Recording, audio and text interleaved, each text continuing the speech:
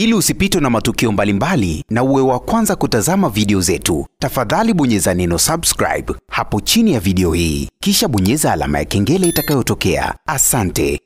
Ni siku chache tu zimepita tumeweza kushuhudia mtoto wa marehemu Dida Shaibu ambaye ni Samira ameweza kusherehekea kumaliza masomo yake ya sekondari katika shule ambayo alikuwa anasoma ya St. Mary's, na namna ambavyo huyu mtoto amefurahi ni baada tu ya msanii mkubwa kutokea Burundi Mr. Champagne kumfanyia surprise kwa kuhudhuria katika mahafali ambayo yalifanyika hapo shuleni kwao St. Mary's. Huyu mtoto amefurahi sana baada tu ya kumuona Mr. Champagne, kwa sababu ukiangalia huyu ni msanii ambaye alikuwa ana ukaribu mkubwa sana na mama yake kipenzi marehemu Dida. Sasa alionekana kufarijika zaidi, lakini pia alionekana kufurahi namna ambavyo huyu msanii mkubwa kutokea Burundi alikuja kumsalimia, lakini pia alikuja kumfanyia surprise katika mahafali ambayo yalifanyika hapo shuleni kwao, na ikapelekea basi Mr. Champagne akaona sio mbaya akaweza kuposti katika ukurasa wake wa Instagram kuonesha wazi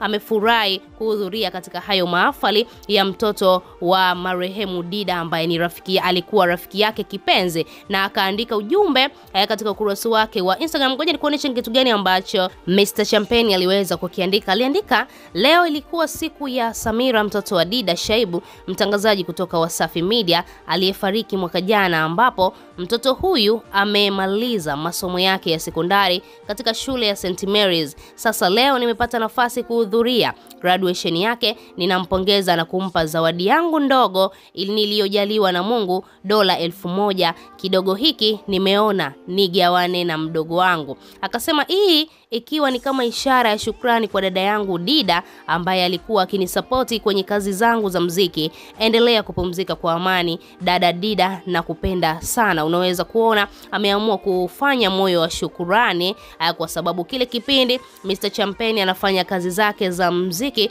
kwa asilimia kubwa sana marehemu Dida alikuwa anamsupport, na yeye pia akaamua aweze kutoa shukrani zake kwa kuhudhuria katika graduation ya mtoto wa marehemu Dida ambaye ni Samira. Sasa maswali yameibuka kwenye mitandao ya kijamii, kila mmoja akijiuliza inakuwaje msanii anatokea Burundi kuja katika graduation ya mtoto wa marehemu Dida, na huku ukiangalia msanii Diamond Platnumz katika siku ya msiba au mazishi ya marehemu Dida aliweza kutoa ahadi yake kwamba atamsomesha Samira mpaka kufikia chuo kikuu. Sasa maswali yamebaki, wengine wakiwa wanajiuliza imekuwaje hili swala.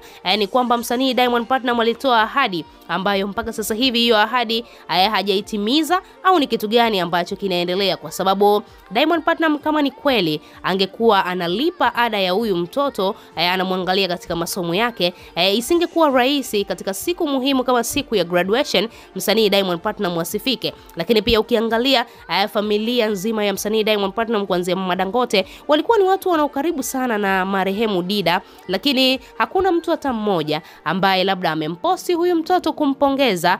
Ukiangalia Mama Dangote hajaposti chochote, ukiangalia msanii Diamond Platnumz hajaposti chochote. Kila mmoja anaendelea na mambo yake, kila mmoja anaendelea na maisha yake. Sasa maswali yakawa yameibuka, kila mmoja akiwa anajiuliza kumbe ile ahadi ambayo Diamond aliitoa kwamba atamsomesha Samira mpaka chuo kikuu haikuwa na ukweli ndani yake, kwa sababu kama kweli Diamond Platnumz angekuwa anamsomesha huyu mtoto katika siku muhimu kama siku ya graduation asingeweza kukosa, na sio tu kukosa basi at least angemposti kumtakia heri, kumuishi yule mtoto. Angefurahi na kuona kwamba kweli mama yangu aliishi vizuri na watu, lakini pia mama yangu alifanya kazi sehemu ambayo alikuwa anapendwa sana. Lakini Diamond Platnumz amesababisha maneno mengi sana yamezuka kwenye mitandao ya kijamii, kila mmoja akijiuliza imekuwaje, kwa nini Diamond hajaweza kuonesha support kwa huyu mtoto katika siku yake hii muhimu, siku ambayo ilikuwa ni siku yake ya graduation,